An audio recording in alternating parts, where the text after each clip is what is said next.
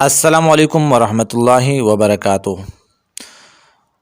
دوستو، آج آپ لوگوں کے سامنے وہ اوقات ذکر کروں گا کہ جو اوقات میں کسی بھی قسم کا نماز پڑھنا جائز نہیں ہے، اور وہ اوقات جس میں نماز یا نفل پڑھنا مکروہ ہے، یا وہ اوقات جس میں ہر قسم کی نماز مکروہ ہے، اس کے بارے میں ذکر کروں گا۔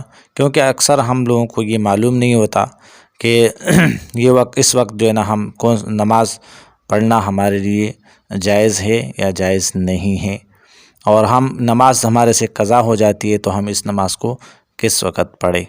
اکثر وہ وقت مکروہ ہوتا ہے، اور اس وقت کسی بھی قسم کا نماز پڑھنا جائز نہیں ہوتا، اور ہمارے علم میں نہیں ہوتا کہ اس وقت ہم نماز پڑھے یا نہیں پڑھے، لیکن ہم دیکھتے ہیں کہ ہم اپنا فرض ادا کریں۔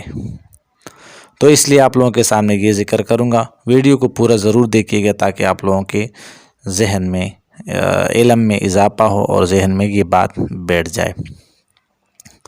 3 اوقات ایسے ہیں جن میں ہر قسم کی نماز منع ہے، خواہ ادا ہو یا قضا، فرض ہو یا واجب، سنت ہو یا نفل، نماز جنازہ ہو یا سجدہ تلاوت، البتہ اسی روز کی عصر کی نماز کا پڑھنا، اور اگر ان اوقات میں سے کسی وقت میں کوئی جنازہ آ جائے اس کا پڑھنا، یا سجدہ تلاوت اسی وقت واجب ہوا ہو تو اس کا ادا کرنا جائز ہے۔ اب وہ 3 اوقات کون سے ہیں؟ سب سے پہلے طلوع آفتاب سے تقریباً 10 منٹ بعد تک، جب سورج نکلنے لگتا ہے، یعنی اس کے 10 منٹ بعد تک کسی بھی قسم کا نماز پڑھنا جائز نہیں ہے، منع ہے۔ دوسرے نمبر پہ جب سورج بالکل سر پر ہو، اس سے 5 منٹ پہلے اور 5 منٹ بعد تک کسی بھی قسم کا نماز پڑھنا جائز نہیں ہے۔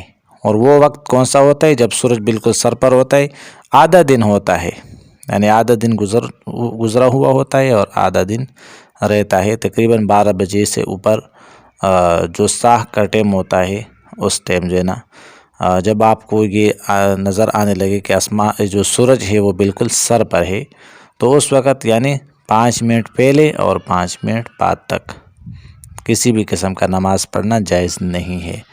تیسرے نمبر پہ غروب آفتاب سے تقریباً 10 منٹ پہلے سے غروب تک، یعنی جب سورج ڈھلنے لگتا ہے تو اس سے 10 منٹ پہلے، یعنی سورج کو ڈوبنے تک کسی بھی قسم کا نماز پڑھنا جائز نہیں ہے۔ اور نمازی عیدین کے بعد عیدگاہ میں، جب عیدین کی نماز پڑھتا ہے تو عیدگاہ میں، نماز عیدین کے بعد عیدگاہ میں کسی بھی قسم کا نماز پڑھنا جائز نہیں ہے۔ اور 3 اوقات ایسے ہیں جن میں صرف نفل پڑھنا مکروہ ہے، یعنی صبح صادق سے طلوع آفتاب تک، صبح صادق سے طلوع آفتاب تک، یعنی سورج نکلنے تک، جب صبح ہو جاتا ہے پھر سورج نکلنے تک نفل پڑھنا مکروہ ہے۔ عصر کے بعد سے غروبی آفتاب تک، یعنی عصر کا نماز جب ہم پڑھ لیتے ہیں، اس کے بعد جب سورج بالکل ڈھلنے لگتا ہے، مغرب کی اذان تک، یعنی کسی بھی قسم مغرب کی نماز تک کسی بھی قسم کا نفل ہم نہیں پڑھ سکتا ہے۔ نماز عیدین سے پہلے گھر اور عیدگاہ میں، جب نماز عیدین کے لیے ہم جاتے ہیں، عید کی نماز کے لیے، تو نہ گھر میں کوئی نفل پڑھ سکتے ہیں اور نہ عیدگاہ میں۔ اب وہ حالت جن میں ہر قسم کی نماز مکروہ ہے۔ سب سے پہلے جب خطیب خطبہ شروع کر دے، اکثر ہم دیکھتے ہیں کہ مسجدوں میں جب خطیب خطبہ دے رہا ہوتا ہے تو ہم سنتوں پہ کھڑے ہو جاتے ہیں، سنتیں پڑھتے ہیں، تو اس وقت وہ سنتیں پڑھنا بالکل مکروہ ہے۔ اس وقت ادب کے ساتھ بیٹھنا چاہیے اور خطبہ سننا چاہیے، خطبہ سننا واجب ہے۔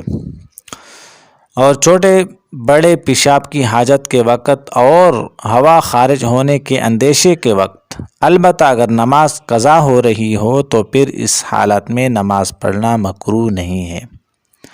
جماعت کی نماز شروع ہونے کے بعد، جب جماعت کی نماز شروع ہو جاتی ہے تو اس کے بعد پھر نماز، کسی بھی قسم کا نماز میں یعنی نیت باندھنا پڑھنا یہ مکروہ ہے۔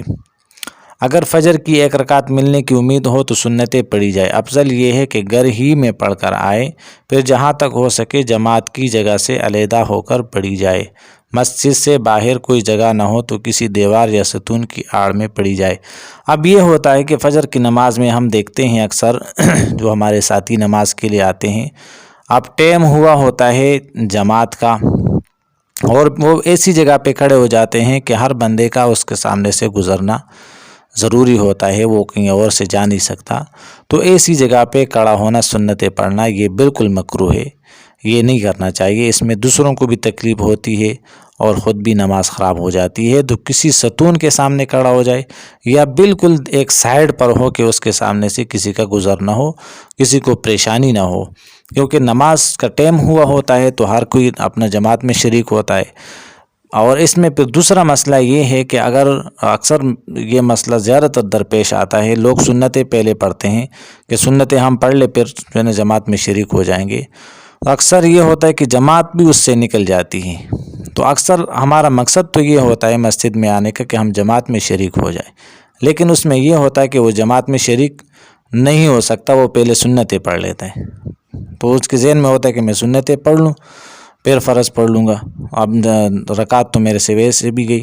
اگر دونوں رکعتیں چلی گئی اور امام قاعدے میں بیٹھا ہو، پھر بھی سنتیں پڑھ کر فوراً جو ہے نا جماعت میں شریک ہونا چاہیے، تاکہ جماعت کا ثواب تو اس کو ملے۔ ایک علیحدہ نماز پڑھنا اور جماعت کے ساتھ نماز پڑھنا 27 درجے زیادہ ثواب ملتا ہے۔ تو ہمیں اس چیز کو سوچنا چاہیے تاکہ ہم جماعت میں شریک ہونے کو ضروری سمجھے۔ اور سنت نفل ہم پڑھتے ہیں تو وہ ہم بعد میں بھی پڑھ سکتے ہیں، ہاں، لیکن فجر کی نماز کی جو سنتیں ہیں وہ ہم فجر کی فرض نماز کے بعد نہیں پڑھ سکتے، وہ ہم پڑھیں گے اشراق کے ٹائم میں۔ وہ 2 رکعت سنت ہم اشراق کے ٹائم پر وہ 2 رکعت پڑھ سکتے ہیں۔ امید کرتا ہوں کہ آپ لوگوں کو کے علم میں ضرور اضافہ ہوگا، آپ لوگوں کو سمجھ میں آئی ہوگی۔ اللہ رب العزت ہمیں اس پر عمل کرنے کی توفیق عطا فرمائے۔ دوستو، اس ویڈیو کو زیادہ سے زیادہ شیئر کریں۔ ہمارے چینل کو ابھی تک سبسکرائب نہیں کیا تو ہمارے چینل کو ضرور سبسکرائب کریں۔ السلام علیکم ورحمۃ اللہ وبرکاتہ۔